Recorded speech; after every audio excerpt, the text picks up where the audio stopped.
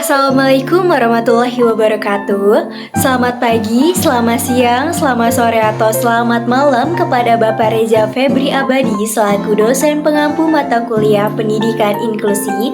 Sebelumnya izinkan saya memperkenalkan diri. Nama saya Inka Ini Pramesti dengan NIM 2224210015 dari kelas B jurusan Pendidikan Biologi. Izin mengirimkan tugas berupa video UTS Pendidikan Inklusi. Pertanyaan nomor 1. Menurut pendapat Anda, pendidikan inklusi itu solusi atau masalah? Jelaskan. Jawaban pertama, pendidikan inklusi, solusi atau masalah. Peraturan perundang-undangan di Indonesia merumuskan pengertian penyandang disabilitas dalam pasal 1 ayat 1 Undang-Undang Nomor 4 Tahun 1997 tentang penyandang cacat, yang menyatakan bahwa penyandang cacat adalah setiap orang yang mempunyai kelainan fisik atau mental yang dapat mengganggu atau merupakan tantangan dan hambatan baginya untuk melakukan secara selayaknya, yang terdiri dari penyandang cacat fisik, penyandang cacat mental, penyandang cacat fisik, dan mental. Selanjutnya mengenai penjelasan tentang pendidikan inklusi itu telah disebutkan pada pasal 32 ayat 1 bahwa pendidikan inklusi merupakan pendidikan bagi peserta didik yang memiliki tingkat kesulitan dalam mengikuti proses pembelajaran karena kelainan fisik, emosional, mental, sosial, dan atau memiliki potensi kecerdasan. Pendidikan inklusi juga bisa diartikan merupakan suatu pendekatan pendidikan yang inovatif dan strategis untuk memperluas akses pendidikan bagi semua anak berkebutuhan khusus, termasuk anak penyandang disabilitas. Selain itu, ada beberapa alasan pentingnya pendidikan inklusi itu perlu dikembangkan dalam layanan pendidikan bagi anak luar biasa. Alasan tersebut antara lain, yang pertama, semua anak sama, baik cacat maupun tidak, mempunyai hak yang sama untuk belajar bersama-sama dengan anak yang lain. Yang kedua, anak tidak diberi label atau dibeda-bedakan secara rigid, tetapi perlu dipandang bahwa mereka memiliki kesulitan dalam belajar. Yang ketiga, tidak ada alasan yang mendasar untuk memisah-misahkan anak dalam pendidikan. Yang keempat, penelitian menunjukkan bahwa anak yang cenderung menunjukkan hasil yang baik secara akademik dan sosial bila mereka berada pada setting kebersamaan. Yang kelima, tidak ada layanan pendidikan di SLB yang mampu mengambil bagian dalam mengenangani anak di sekolah pada umumnya. Semua anak membutuhkan pendidikan yang dapat mengembangkan hubungan antar mereka dan mempersiapkan untuk hidup dalam masyarakat. Yang keenam, hanya pendidikan inklusi yang potensial untuk menekan rasa takut dalam membangun kebersamaan antar teman, tanggung jawab, dan pemahaman diri. Berdasarkan beberapa alasan tersebut, jelas bahwa dengan adanya pendidikan inklusi itu merupakan solusi bagi anak berkebutuhan khusus karena dengan pendidikan inklusi, anak akan terpenuhi sesuai dengan tingkat kebutuhannya.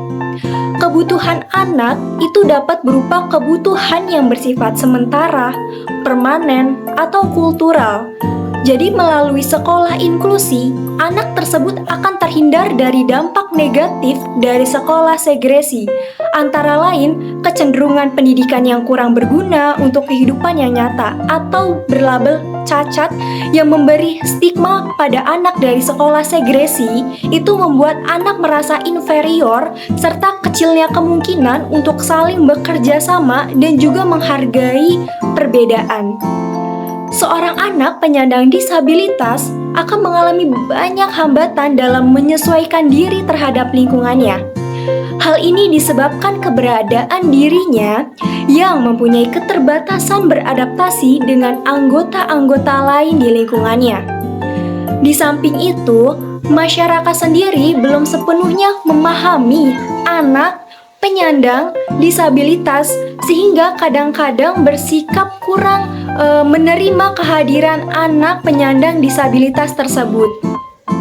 Keterbatasan fasilitas dan tidak fleksibelnya sistem pendidikan yang ada sekarang dan suasana lingkungan di sekolah itu tidak menjamin rasa aman bagi anak luar biasa dalam berintegrasi dengan lingkungannya.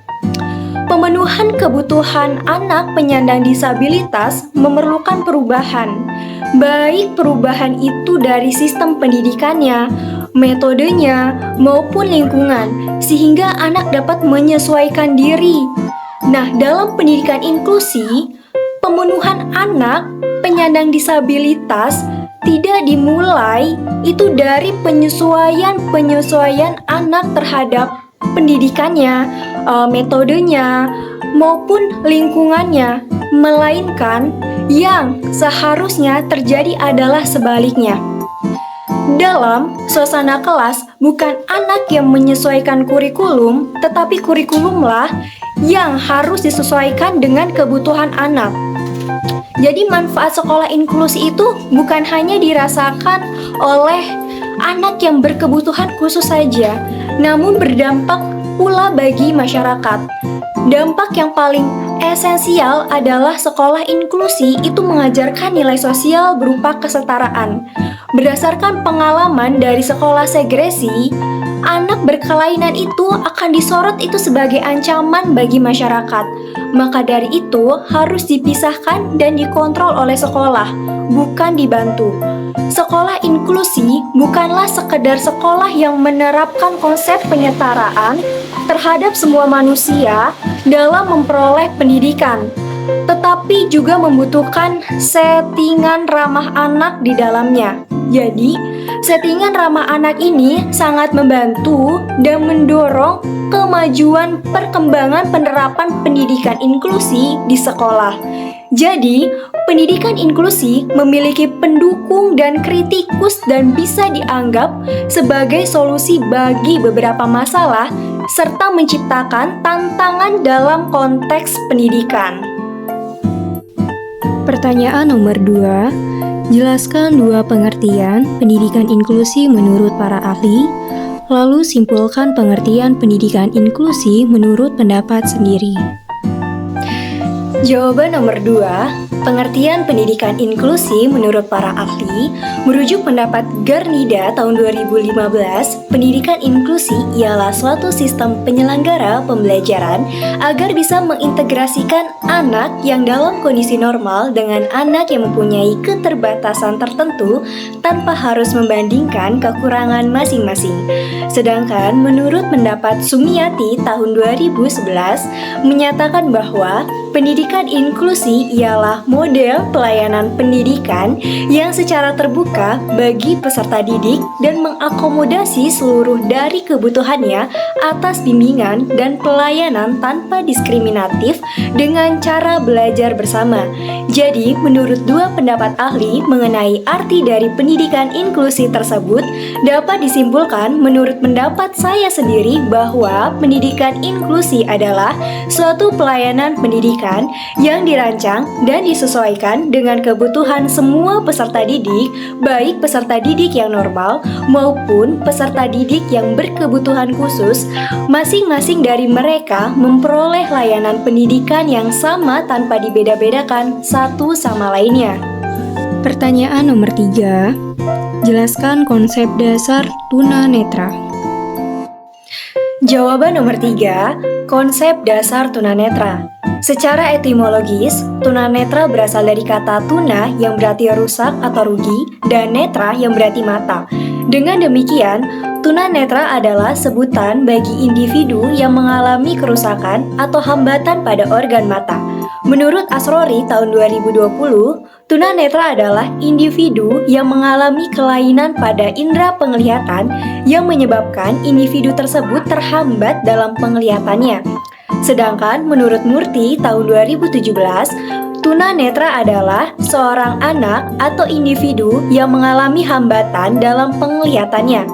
Disebut terhambat penglihatannya karena seorang tunanetra belum tentu mengalami kebutaan total dan bentuk kelainannya juga beragam.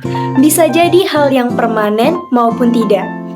Ciri-ciri tunanetra yaitu yang pertama, ketajaman penglihatan kurang dari ketajaman yang dimiliki orang normal.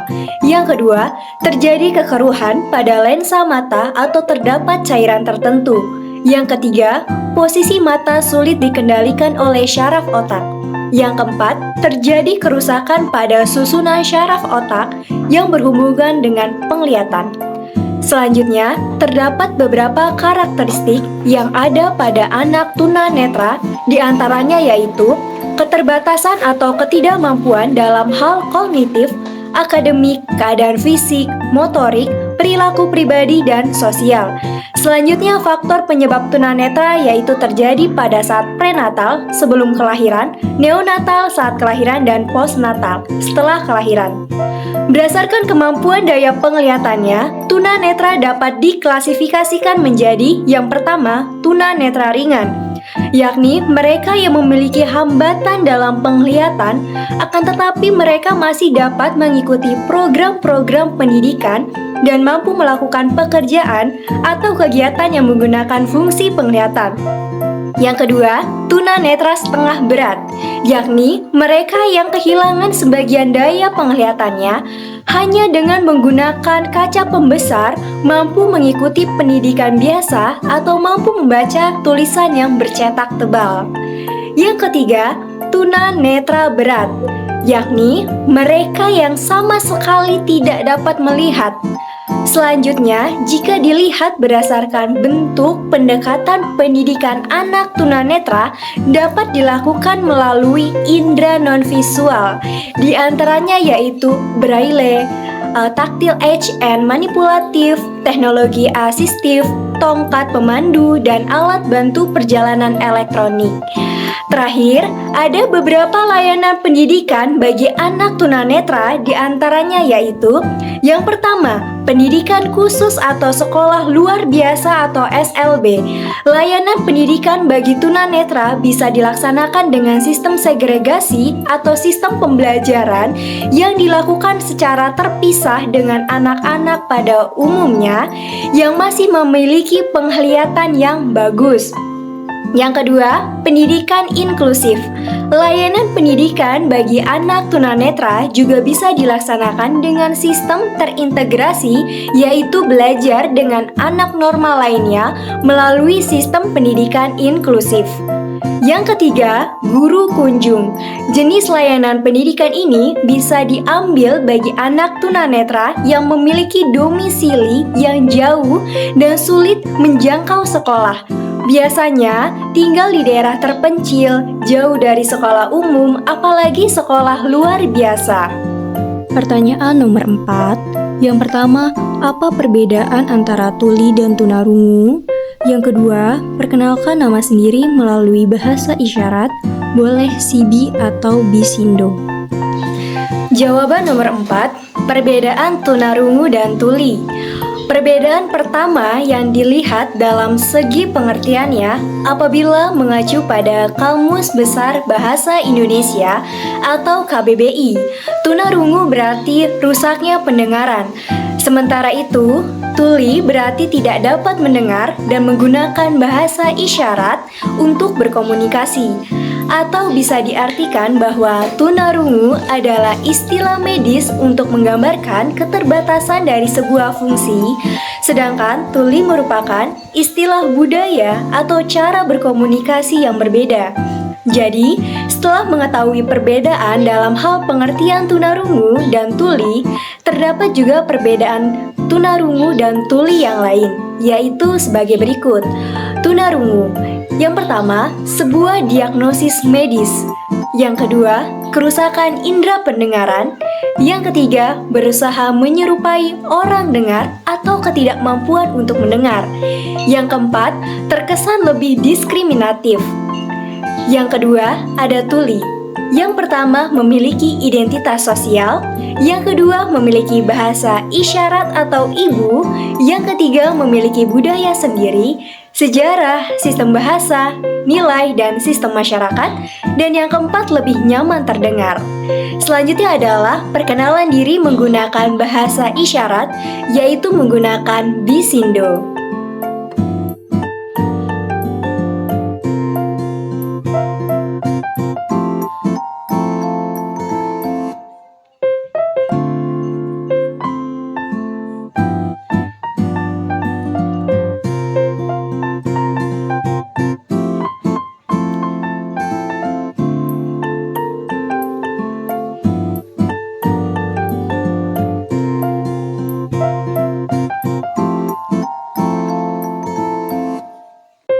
Pertanyaan nomor 5. Bagaimana cara Anda sebagai calon pendidik dalam membantu anak tunagrahita yang belajar di sekolah inklusi?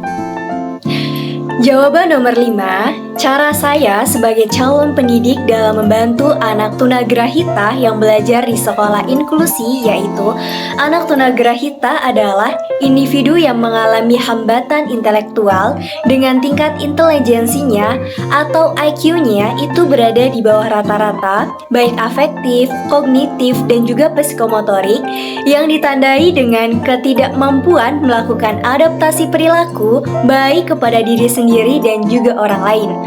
Hambatan intelektual ditandai dengan keterbatasan yang signifikan baik dalam fungsi intelektual dan perilaku adaptif seperti yang diungkapkan dalam ranah konseptual, sosial, dan keterampilan adaptif praktis yang terjadi sebelum usia 18 tahun. Cara saya sebagai calon pendidik dalam membantu anak tunagrahita yang belajar di sekolah inklusi, yaitu yang pertama, menerapkan metode pembelajaran visual. Anak tunagrahita cenderung lebih responsif terhadap pengajaran yang menggunakan metode visual. Menggunakan gambar, foto, atau video yang dapat membantu mereka memahami konsep secara lebih baik. Yang kedua, pembelajaran harus berbasis permainan. Menggunakan permainan dan aktivitas interaktif dalam pembelajaran sehingga dapat membuat proses belajar menjadi lebih menyenangkan dan menarik bagi anak tunagrahita. Yang ketiga, komitmen terhadap konsistensi. Konsistensi sangat penting dalam mengajar anak tunagrahita. Menerapkan rutinitas dan jadwal yang teratur akan membantu mereka merasa aman dan terarah dalam proses pembelajaran. Yang keempat, dukungan individual. Setiap anak tunagrahita memiliki kebutuhan yang unik. Dukungan individual yang sesuai dengan kebutuhan masing-masing anak akan sangat penting untuk membantu mereka mencapai potensi penuh mereka dalam pembelajaran. Yang kelima, pendekatan belajar dalam konteks, yaitu menghubungkan pembelajaran dengan situasi kehidupan yang nyata dan lingkungan sekitar. Anak tunagrahita dapat membantu mereka mengaitkan konsep dengan pengalaman mereka sendiri. Yang keenam adalah komunikasi yang jelas dan tegas. Penting untuk berkomunikasi dengan jelas dan tegas dalam mengajar anak tunagrahita. Penggunaan bahasa yang sederhana dan ekspresi wajah yang jelas membantu mereka memahami instruksi dengan lebih baik. Yang ketujuh, mendorong pemberdayaan diri. Memberikan kesempatan kepada anak tunagrahita untuk melakukan tugas-tugas yang mandiri. Dengan dukungan, dapat membantu mereka merasa lebih percaya diri dalam belajar. Yang kedelapan, kolaborasi dengan orang tua dan juga spesialis. Melibatkan orang tua dan juga spesialis itu dalam proses pembelajaran, anak tunagrahita akan memungkinkan adanya pendekatan yang holistik dan mendukung untuk perkembangan bagi anak tunagrahita. Pertanyaan nomor 6. Bagaimana cara Anda dalam membantu mahasiswa tunadaksa apabila ada di kampus Anda? Jawaban nomor 6. Cara saya dalam membantu mahasiswa tunadaksa apabila ada di kampus saya yaitu tunadaksa berasal dari kata tuna yang berarti rugi atau kurang dan daksa berarti tubuh. Tunadaksa adalah anak yang tidak memiliki anggota tubuh tidak sempurna. Mereka memiliki cacat pada anggota tubuhnya seperti cacat fisik. Anak tunadaksa tidak cacat pada indranya, namun cacat ortopedi yang memiliki arti berhubungan dengan otot, tulang, dan juga persendian. Anak gangguan fisik dan motorik dapat didefinisikan sebagai bentuk kelainan atau kecacatan pada sistem otot, tulang, dan persendian. Cara saya dalam membantu mahasiswa tunadaksa apabila ada di kampus saya yaitu yang pertama, menumbuhkan empati dalam diri. Mengapa empati? Karena dengan berempati, kita dapat mengakui dan mengerti perasaan atau keadaan orang lain yang sedang menderita. Namun tidak hanya sebatas pada perasaan saja, melainkan sudah ada tindakan untuk dapat membantunya. Ketika kita sudah berempati, tentunya secara sukarela dan juga senang hati kita akan berusaha membantu teman yang berkebutuhan khusus tersebut. Contohnya yaitu dengan membantu membukakan pintu bagi mahasiswa yang menggunakan kursi roda, memberikan mentoring bagi mahasiswa berkebutuhan khusus seperti tunadaksa dan juga kegiatan lain yang membantu mereka. Yang kedua, selain empati, saya juga dapat mencari informasi mengenai keadaan yang mereka alami untuk dapat memahami pendekatan seperti apa yang sebenarnya mereka butuhkan. Namun, tetap perlu menjadi perhatian bahwa jangan sampai jatuhnya kita mengasihani mereka. Jangan sampai pikiran tersebut malah semakin membuat mahasiswa berkebutuhan khusus seperti mahasiswa tunadaksa tersebut itu semakin tidak berdaya. Contohnya dengan selalu memberikan bantuan yang malah membuat mereka semakin terlihat atau merasa tidak bisa apa-apa. Yang ketiga, tentunya tidak menganggap mereka sebagai orang aneh yang harus dijauhi. Melainkan mereka bukan aneh, namun mereka adalah spesial. Yang keempat, mengakui hak dan juga kewajiban mereka. Karena tentunya saya dan mereka memiliki hak dan juga kewajiban yang sama. Pertanyaan nomor 7. Jelaskan klasifikasi anak tunalaras. Jawaban nomor 7, klasifikasi anak tunalaras. Tunalaras berasal dari kata tuna yang berarti kurang dan laras yang memiliki arti sesuai. Sehingga anak tunalaras berarti anak yang memiliki tingkah laku yang kurang atau tidak sesuai dengan lingkungannya. Perilakunya sering bertentangan dengan norma-norma yang terdapat di lingkungan masyarakat.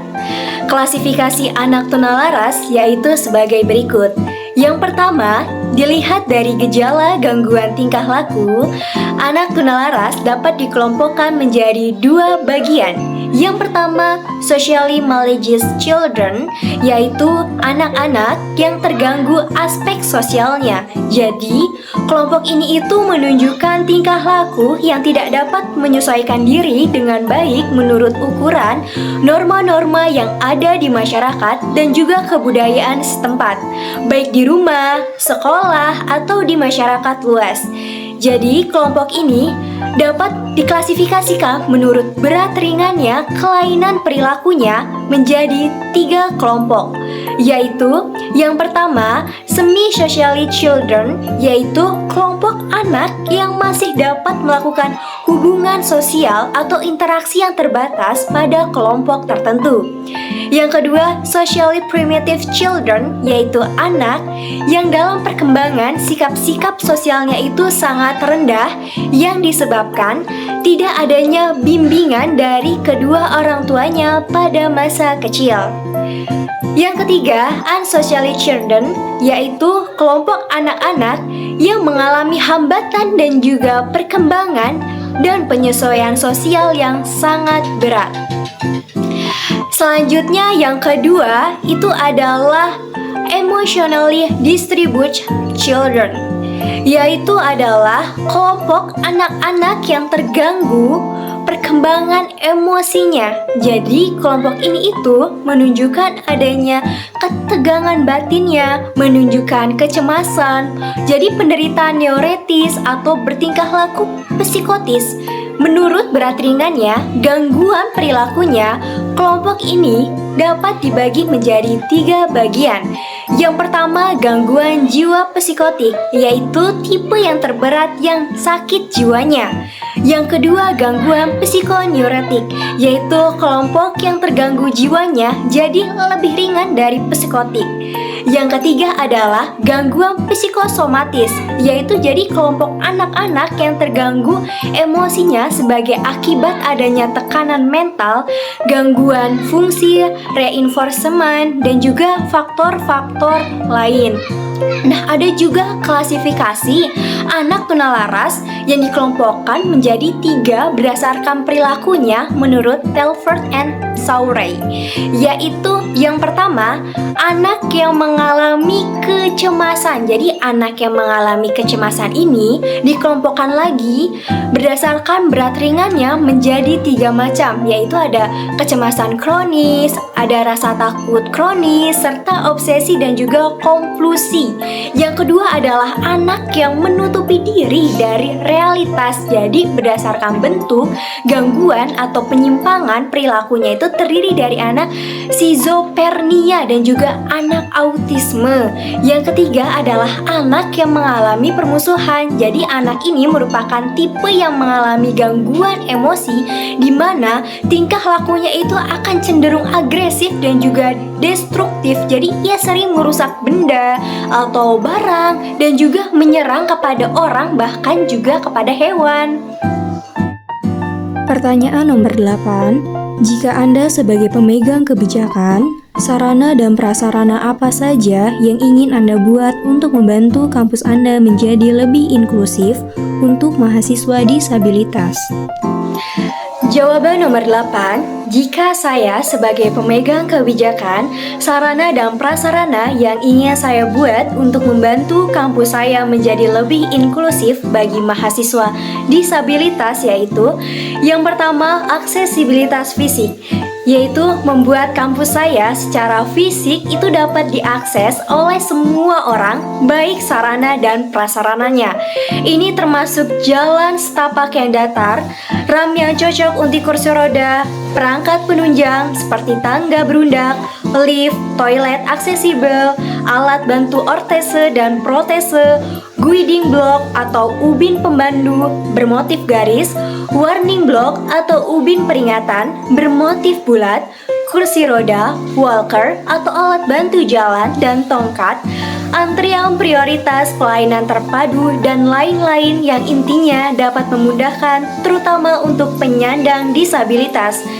Yang kedua, ruang kelas yang dapat diakses, yaitu memastikan bahwa semua ruang kelas memiliki aksesibilitas yang memadai, seperti pintu yang cukup lebar, meja yang sesuai untuk kursi roda, dan teknologi yang cocok untuk penggunaan oleh mahasiswa disabilitas.